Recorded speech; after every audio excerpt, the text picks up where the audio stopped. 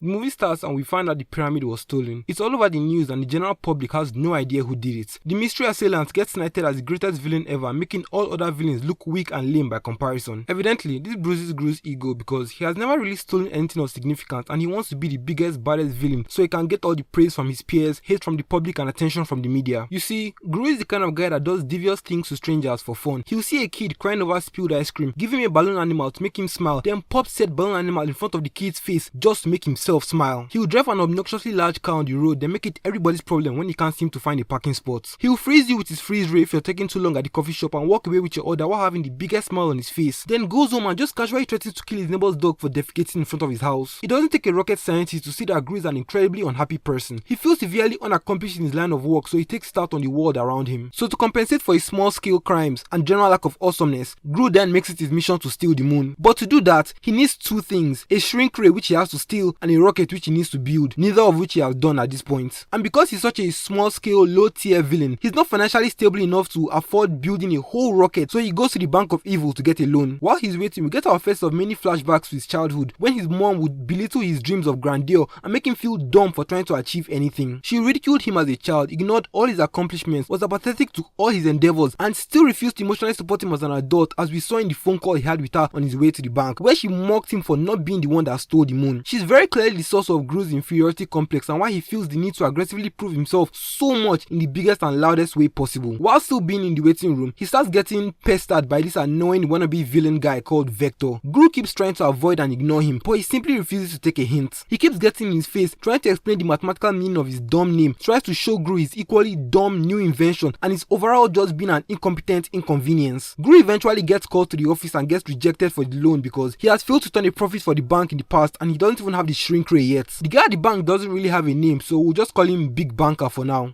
Mr. Gru, Mr. Perkins will see you now. Get me Perkins. Sorry to bother you, Mr. Perkins. Mr. Perkins, your son is here. The guy at the bank doesn't really have a name, so that was a fucking lie. Big Banker continues to talk down on him for being so useless to the organization, then eventually reveals that Vector was the one who stole the pyramid. He starts praising him for being young and hungry and just what the crime organization needs, while basically telling Gru that he's just an old, incompetent waste of space. Later on, we find out that Vector is actually his son, but it has no narrative leverage over the film and it doesn't really impact the story in any way, so I'm just putting it here for context. He goes on to steal the shrink ray from the super secret facility. Vector then immediately steals it from him. Gru tries to blow him up, but he just ends up shrinking Gru's ship with said stolen shrink ray, rendering him defenseless and unable to stop him. We get a hilarious montage of Gru trying and failing to break into Vector's compound to steal back the shrink ray, obviously all to no avail. As he tries to gather himself back together to make yet another attempt, these three girls that tried to sell cookies to him earlier in the movie just casually walk up to the door and immediately gain access to the compound. So he gets the bright idea to adopt the girls and use them to steal the shrink ray. Now, this is where his character development and the core thematic elements of the movie begin to shine through, because at first he only regards them as pawns for his schemes, completely disregarding their humanity and therefore paying no mind to their safety and well-being, frequently leaving them alone with the minions while he works, and at a certain point it even looks like one of them dies in one of his medieval torture machines that he just casually has lying around for some reason. And the first words out of his mouth after believing a girl literally just died are Well, I suppose the plan will work with two. After a long day, he sends them off to bed, refuses to read them a bedtime story, and Margot, the other sister, says this: Just so you know, you're never gonna be my dad. I think I can live with that. So, it's safe to say that neither of them are having fun. The next day, he executes his plan, manages to steal the shrink ray, and now no longer has any use for the girls. So, he immediately starts fantasizing about abandoning them in an amusement park. They get there, and unfortunately for him, the girls can't ride the roller coaster without him, so he's stuck with them. They get off the ride, and he's just about ready to go get the proverbial milk when the girls start trying to win a stuffed unicorn doll for Agnes, the youngest of the three sisters, and he witnesses as they face blatant, fraudulent injustice at the hands of one of the park attendants. Justifiably, he gets filled with righteous indignation and immediately rains down hell on the game, then wins the toy for Agnes. He gets immediate gratification for this act in the form of praise, admiration and respect from the same girls that have disliked him since the start of the movie. He smiles, but not one of those devious grins he does after causing and basking in the pain of strangers. No, he actually genuinely smiles and goes on to enjoy the rest of the day in the park with the girls. It's time for him to present his plan again to the Big Banker with his newly acquired shrink ray that he demonstrates by shrinking one of the minions. But because of the constant interruptions from the girls, the presentation goes off the rails, which obviously doesn't inspire confidence in the Big Banker, so he ends up rejecting him, squashing his dreams and triggering uncovering some more of his childhood trauma. Despite all their interruptions, he doesn't yell at the girls and he doesn't even blame them. He just takes full responsibility and immediately starts thinking of the way forward. He goes down to the minions to inform them that it's over, they have no money, and they should probably start looking for new employment. Then Agnes walks up to him and hands him their collective piggy bank as a gesture of genuine kindness and emotional support. He smiles and the minions start pulling out all their money and valuables, which then motivates Gru to keep going, and they decide to build the rocket however they can with what little they have. Shortly after, we get this whole montage of Gru building the rocket and spending quality time with the girls. He's goofing off and eating marshmallows with them, making them breakfast pancakes, taking them to dance rehearsals, and his mom even comes over to show them some of his baby pictures. He then gets emotionally blackmailed into finally reading the girls a bedtime story. The ending of the story hits him particularly close to home because it triggers his underlying mommy issues. Though while you sleep, we are apart. Your mommy loves you with all her heart. He starts realizing how much he's been bonding with the girls, gets scared of possibly getting hurt by that bond, or worse, hurting them the same way his mother hurt him. So, he storms out of the room and refuses to give them goodnight kisses. They are all visibly sad and disappointed. Then Margot, being the oldest and therefore the most jaded one of them, tells Agnes that he won't come back to talk them in. Agnes then innocently defends him, saying that she likes him because he's nice. Gru, standing behind the door, hearing everything they are saying, looks scared and anxious about the possibility of allowing himself to feel genuine love again. He walks down the hall, sees where the girls drew little pictures of themselves under his family tree, proclaiming themselves as his family and signifying to him that he's not alone anymore. His chief scientist, Dr. Nefario, walks in and updates him about the status of the mission. Gru then tries to postpone the date because it clashes with the girls' dance recital, and he pinky promised Agnes for the heist that he would come. Dr. Nefario notices how much of a distraction the girls have become and tells him that the girls need to go. The conversation ends ambiguously. Then the next morning, he's having a tea party with the girls when the lady from the orphanage comes to take them back. Gru is shocked and confused at first, then gets a sad and defeated look on his face when Nefario confirms that he called her. He begrudgingly walks the girls out of the house and into the car. All the while, Agnes won't stop begging him to let them stay. Again, Margot, being the older and more jaded one, maintains a straight face, refuses to look Gru in the eyes, and forces Agnes to compose herself as she politely says a formal goodbye to Mr. Gru. This is all superb character writing because Margot as a character has definitely been through a lot. Spending that many years in the foster system, getting rejected time and time again, constantly waiting and hoping for someone to choose you, finally getting adopted, only to get returned back a few weeks later after getting attached to that new life and being forced to repeat that entire process over and over again. This might just be the part of the movie where the characters separate after a fight, then come back together at the end because of the power of love and friendship. But this is actually a really emotionally taxing scene for Margot because she just spent the better part of the past few weeks getting invested in a relationship with Gru, emotionally attaching herself to his life, envisioning a future where she makes her dad proud, allowing her sisters to continually feel safe and loved around him, to the point where they even drew themselves under his family tree as his descendants, only for all that time and emotional investment to be thrown away like it was nothing. With no reasonable explanation, no consideration for what they had, the experiences they shared, or the time they spent together. All that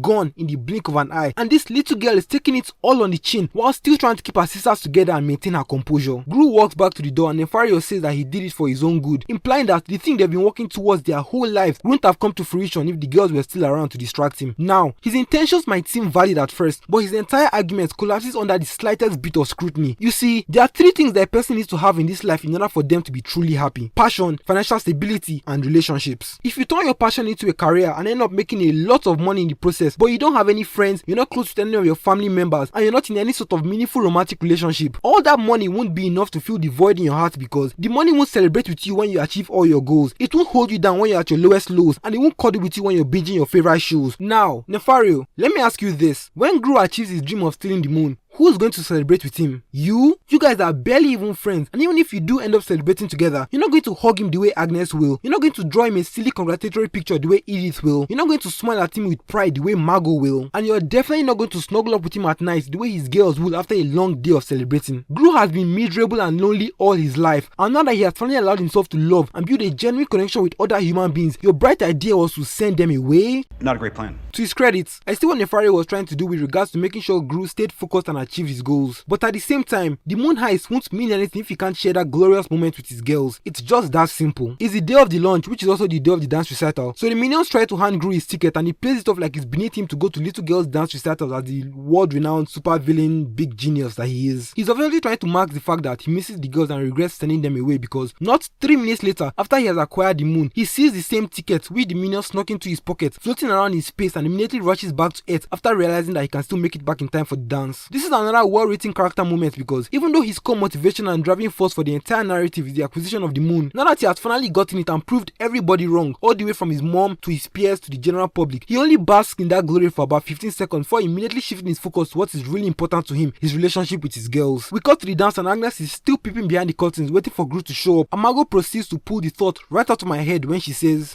Why would he come? He gave us up. but Agnes responds in the most blindly optimistic and naive way possible, But he pinky promised. which is just so emblematic of her childhood innocence. The dance starts just as Gru enters the upper atmosphere and we get the silhouette of Vector as he enters the crowd. We cut back to Gru as he has located the library and he pumps the brakes on the rocket, barely stopping before he crashes into it. He gets out, quickly changes out of his spacesuit and starts running to the door. So, he got the moon, he made it back in time, he looks good, and the dance just started, so at the very least, he'll catch the second half of it. Things are looking up for Gru. He then walks in and sees an empty hall with a janitor packing up the chairs. He missed the dance. He solemnly walks through the hall and sees a chair tagged Margot, Edith and Agnes's dad with a little heart drawn beside it. After realizing that they still had hope in him after he literally gave them away and he still let them down again, he visibly gets consumed by guilt. He flips the paper over, sees that Vector kidnapped the girls and his face immediately shifts from shame to anger as he rushes to Vector's compound. He relinquishes custody of the moon over to Vector. Vector refuses to do the same with the girls, then he vindictively threatens to hurt him with violence. Vector cowers in fear and immediately sees that same sense of deep pride and admiration in Margot's face that we saw at the amusement park after he blew up the stand. He launches some missiles at Gru, which was just a strategically inept thing to do because after he dodges the projectiles, they end up clearing a pathway for him to walk right into his compound. Vector tries to escape and Gru grabs onto his ship. Quick side note, while Gru was in space, the minion that he shrank during the presentation gets big again, so Nefaria and the minions rush to warn him. He's barely hanging on to Vector's escape pod when he falls and gets caught by his own ship. Then Nefario says this: The larger the mass of an object, the quicker the effects of the shrink ray wear off. I call it the Nefario principle.